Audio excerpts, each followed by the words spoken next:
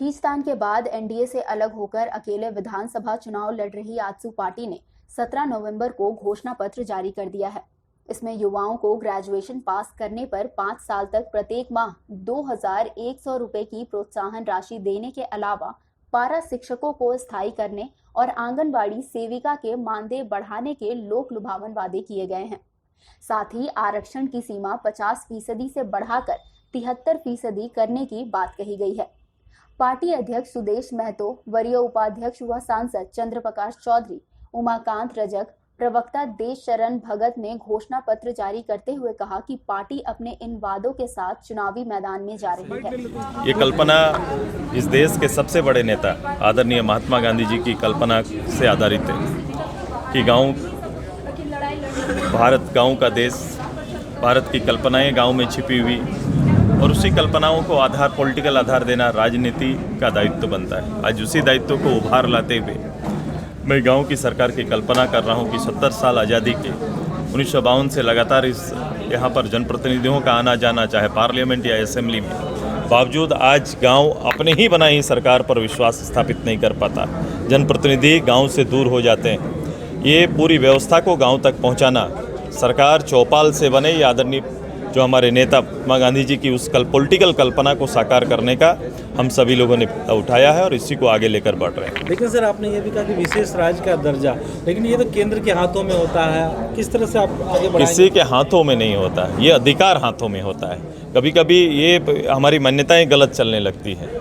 बैठना दायित्व का बोध है। चेयर में बैठना कोई व्यक्ति महत्वपूर्ण नहीं होता है, उसमें बैठा जो दायित्व है वो महत्वपूर्ण होता है।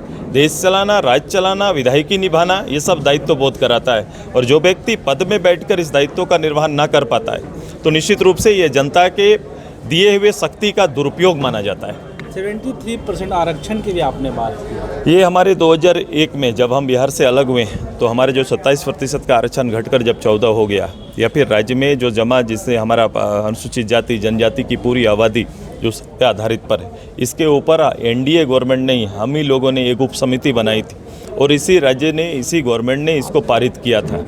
और मैंने इस वर्तमान काल में भी आदरणीय प्रधानमंत्री जी से और कई अवसरों पर देश के बड़े नेताओं से इस संदर्भ में मैंने बात की और पहल करने की अपील आदरणीय मुख्यमंत्री जी से कई बार कहा। लोगों को बड़ा उम्मीद था कि 5 साल में जब देश के प्रधानमंत्री और देश के इस राज्य के मुख्यमंत्री निश्चित रूप से इसमें पहल करेंगे, जो हो ना पाया। मेरा भी सवाल है, 5 साल इस सरकार रहा और आप उसमें साथ थे, और आपके मुद्दों को लेकर कैसा अनुभव रहा? आपने देखा होगा कि 5 साल में जब मैं सड़क पर आ रहा था किसी विषय को लेकर, तो आप ही पूछ रहे थे हमको, सुदेश जी सरकार में है और आप सड़क पर आंदोलन क्यों कर रहे हैं? जो ये व्यवस्था थी कि मुझे सड़क पर आना पड़ा, मेरी पार्टी को आना पड़ा, झारखंड के जन संगठन को जो आना पड़ा है, यही विषय सुदेश महतो का है।